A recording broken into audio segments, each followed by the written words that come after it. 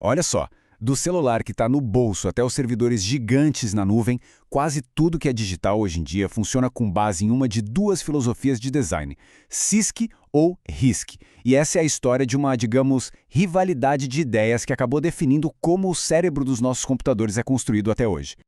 Então, para começar, vamos pensar numa coisa. O que é que um smartphone, que cabe na palma da mão, e um supercomputador, daqueles que ocupam uma sala inteira, podem ter em comum? Parece que nada, né?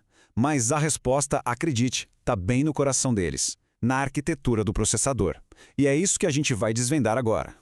Para a gente entender essa história, a gente precisa ir direto para o coração da máquina, sabe? O processador. É bom pensar nele como o verdadeiro motor de qualquer computador. Ele não só faz a coisa andar, ele controla absolutamente tudo o que acontecer lá dentro.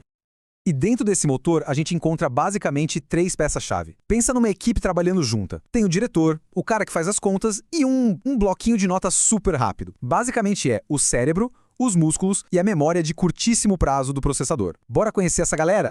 Primeiro tem a unidade lógica e aritmética, a famosa ULA. É aqui que o trabalho pesado acontece. Toda a matemática, soma, subtração, comparações lógicas, tudo passa por ela. É, literalmente, a força bruta do processador. Aí vem a unidade de controle, a UC. E se a ULA é um músculo, a UC é sem dúvida o cérebro. Ela é tipo o gerente, sabe? Pega as instruções dos programas, entende o que tem que ser feito e coordena todo mundo, garantindo que cada tarefa aconteça na hora certa e na ordem certa. Nada acontece sem o aval dela.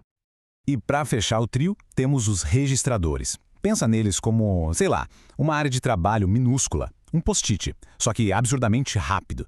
Eles guardam os dados que a UCI e a ULA vão precisar usar agora, tipo, no próximo instante. Isso deixa todo o processo muito, mas muito mais ágil. Beleza, agora que a gente já conhece as peças do quebra-cabeça, chegamos no ponto central. Os engenheiros da época se depararam com um dilema. Qual é a melhor forma de organizar tudo isso para fazer o processador pensar? E foi daí que nasceram duas filosofias de design completamente diferentes. A grande questão era essa aqui. Como é que se pega um monte de circuito eletrônico, que no fundo é um hardware relativamente simples, e faz ele executar tarefas super complexas de um jeito eficiente? A resposta para essa pergunta dividiu o mundo da computação em dois. A primeira grande resposta para esse dilema, que era mais popular lá no começo dos anos 80, foi a abordagem CISC. A ideia aqui era bem direta. Vamos construir a complexidade direto no hardware, deixar o chip mais inteligente. CISC é a sigla para Complex Instruction Set Computer. Traduzindo, é computador com conjunto complexo de instruções. A palavra-chave aqui, como dá para imaginar, é complexo. A lógica por trás do CISC era a seguinte: se a gente precisa fazer uma tarefa complicada, tipo uma multiplicação, por que não criar uma única instrução super poderosa que resolve tudo de uma vez? E para fazer isso, eles construíam circuitos especializados para cada tarefa dessas, direto dentro do processador. Esse exemplo da multiplicação é perfeito para entender. No chip CISC, o programa só precisava mandar uma única instrução de multiplique. Lá dentro, um circuito dedicado só para isso fazia todo o trabalho pesado e cuspia o resultado. Resumindo, a vida do programador ficava mais fácil, mas o chip ficava bem mais complexo.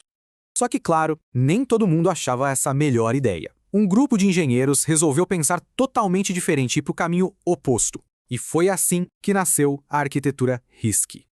E RISC, como o nome sugere, significa Reduced Instruction Set Computer, ou seja, computador com conjunto reduzido de instruções. A palavra mágica aqui é, obviamente, reduzido. A filosofia do RISC era exatamente o contrário da do CISC. A ideia era manter o hardware o mais simples e burro possível. Então, para fazer aquela mesma multiplicação, em vez de uma instrução complexa, um processador RISC usaria várias instruções bem pequenas e rápidas, tipo somar várias vezes. Basicamente, eles tiraram a complexidade do hardware e jogaram a responsabilidade para o software.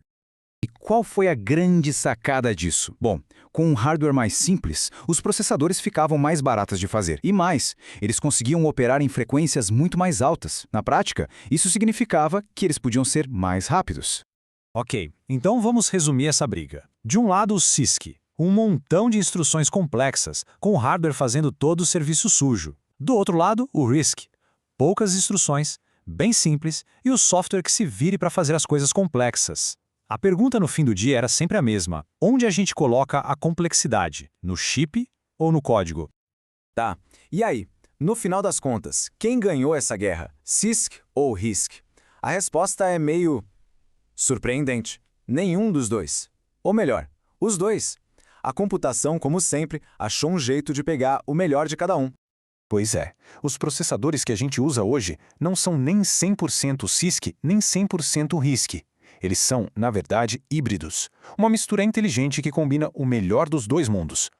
Funciona mais ou menos assim. A base da maioria dos processadores hoje é RISC. Isso garante que eles sejam rápidos e eficientes na maior parte do tempo. Só que eles também têm circuitos especializados para tarefas muito específicas e pesadas, como processar vídeo ou fazer criptografia. E isso, claro, é uma herança direta da filosofia CISC.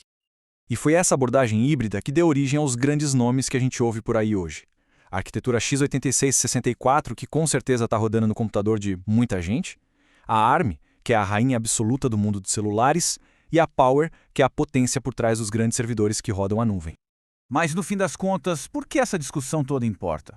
Bom, importa porque a escolha de uma arquitetura ou outra afeta diretamente o desempenho, o quanto de bateria o aparelho gasta e até o preço final dos gadgets que a gente usa todo santo dia. Quer ver um exemplo prático? A arquitetura ARM, que bebe muito da fonte do RISC, é super econômica em termos de energia, perfeita para celulares que precisam durar o dia todo longe da tomada. Já a arquitetura Power é o oposto. Ela foi feita para performance máxima, sem se preocupar tanto com o consumo. Por isso, ela é ideal para aqueles servidores gigantes que mantêm a nuvem funcionando. Isso tudo nos traz até o futuro, como a última pergunta para a gente pensar. Agora, com a chegada de coisas como inteligência artificial e computação quântica, que exigem um poder de fogo completamente novo, como vai ser o próximo grande design de processador? Essa antiga batalha entre simplicidade e complexidade com certeza vai continuar. O próximo capítulo dessa história ainda está para ser escrito.